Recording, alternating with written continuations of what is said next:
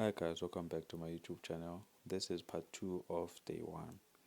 So if you are lost, then you have to watch the first video that I posted. So now we'll continue where we left off with variables and integers and float.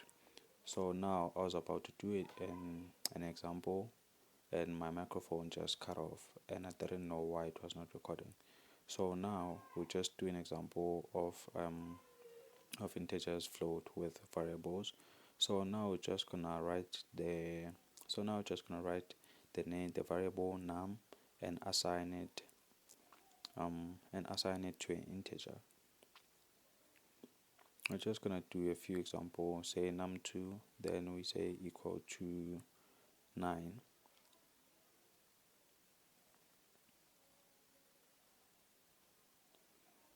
So forgive me guys, everything just happened, man. So yeah, man, I'm just doing a voiceover now. This is why this is like it's not maybe I don't singing, or I don't know if that's the right word. So now we do an example with integers.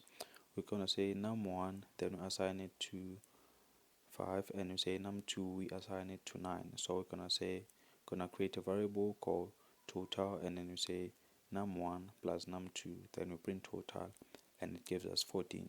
So that is how the integers with variable works. You assign a variable to an integer, and then just like that. So even if we change it to a float, then we say num1 it is equal to 3.5 plus num2 which is equal to 5.5, then it's gonna give us 9.3.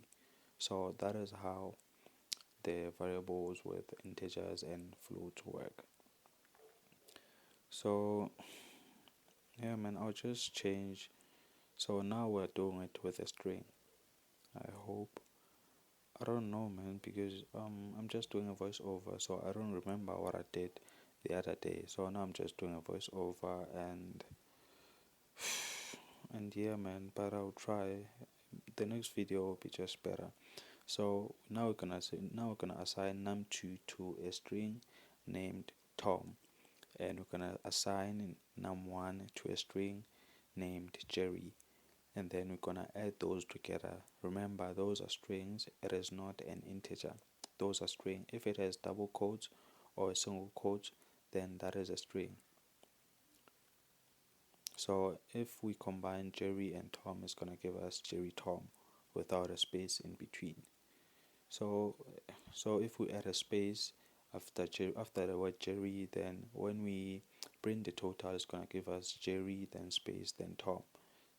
Then you see that's how it is. So I'll just try and go with you and until. So yeah, just let me know guys if the sound quality is okay. So now what I'm adding, the backslash and the n, that is a new line. So if we add a backslash and an n, so that means it's gonna write in the line below. So that creates a new line, not in the same line, so it creates a new line. So if I write Jerry, then slash n, and then I print that, then it's gonna write the Tom on the line below. So that's how the slash n works. It is just a new line in simple words.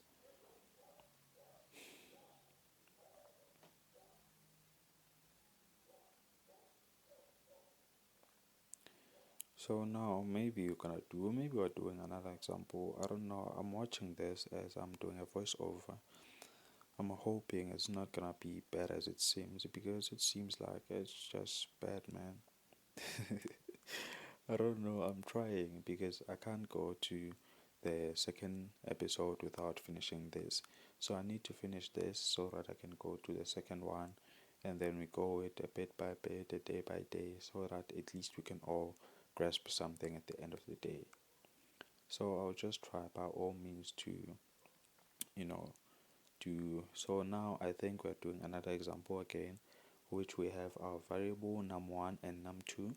So we assign our variable num1 we assign it to 5, and we assign our variable num2 to 5 again, and then we have a variable called total, and then we're gonna say total, and we assign it to num1 equal to num2. So this one, I think here we're checking the boolean. So we have a boolean. So a boolean has only two answers, which is a true or false. So now we're checking if num1 is equal to num2.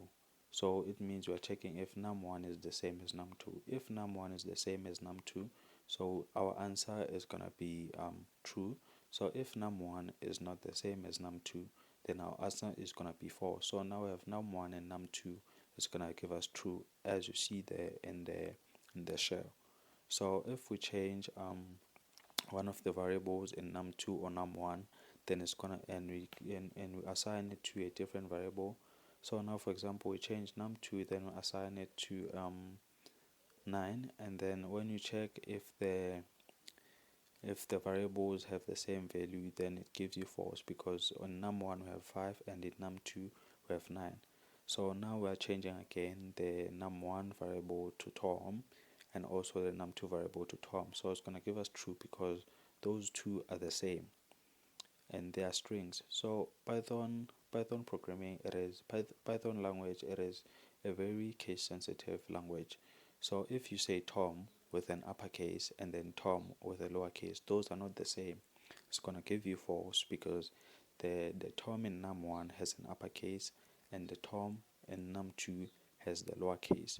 So this is why it gave us a false one. So if you say maybe a Tom with an uppercase in num1 and a Tom in uppercase in num2, that is gonna give you true because those things are the same.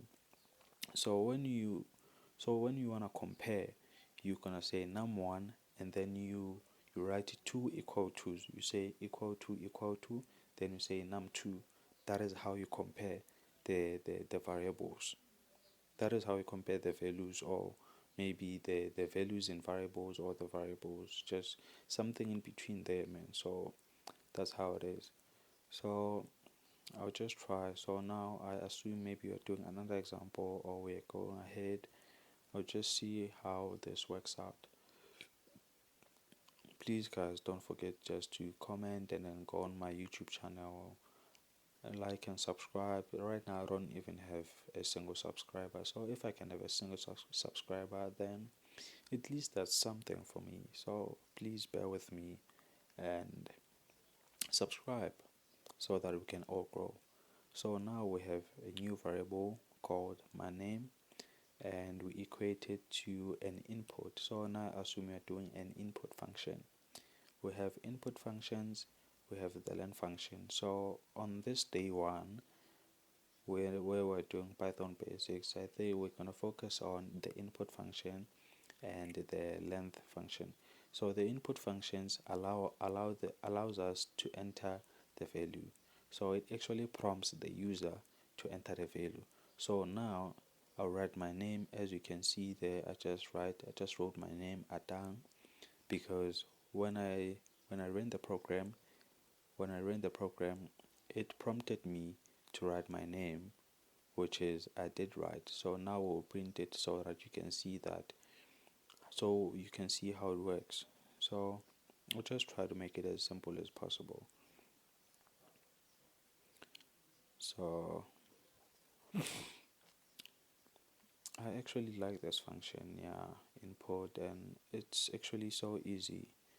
So that's it. So it prompted the user to write a name, and then I wrote Jerry, and then I printed the value inside, that is inside my name, which was Jerry in black color. So the Jerry in blue color was the one that was entered by the user, and the Jerry in black color was the one that was printed. Yes, that was in the variable called name. So now we're gonna write the message within the bracket. So we're gonna say please enter your name. So now we prompt the user with the message. So the message is gonna appear here on the shell. Then the user will enter his or her name. So that's how you're gonna see it. There it is, the message. Please enter your name. Then you enter your name there. Then your name will be stored in that variable called my name. So the name Jerry, and then when you print my name, then you print Jerry, just like that. So that is how the input function works. It's actually easy, guys. You just have to practice. Even if you didn't practice, just a little practice here and there, then you're good to go. But I'm also not good, I'm just getting there, you know. So it's actually easy. So I think after I've covered the length function, we'll just cut it there, and then I'll just cut the video there.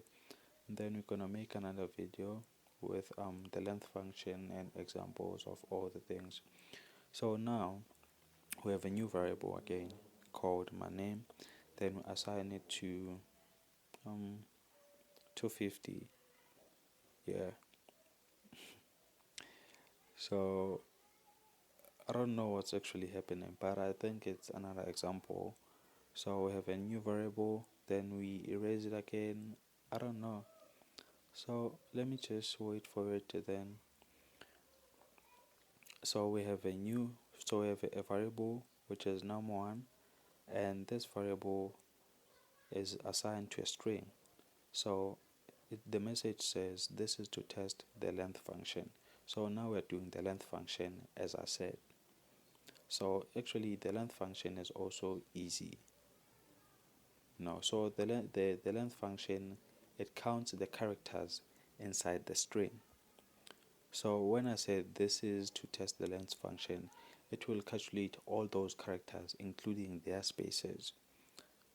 So now we're gonna say print, and then we write the length, then we write the brackets, and then we write the name of the variable inside the bracket, and then we print that.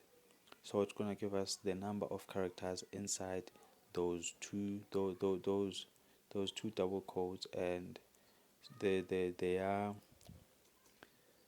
it's gonna give us the number of characters including the spaces within those double quotes.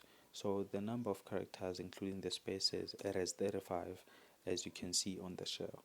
So now we're going to do another example to test the length function, which is maybe few characters, so that you can see how it works. So this is actually easy. You just see it, man. It's actually easy. So now we've erased all the characters and we have only maybe test. So test, it is now our string and it is only 4 characters.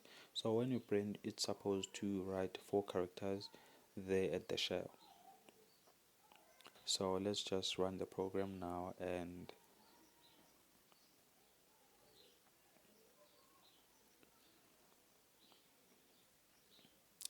I think every time I'm recording I'll just use my phone as the microphone, because yeah, so there it is. It gives us 4 in the shell, which means the variable has a string which has 4 characters, and indeed it has 4 characters, which is just test.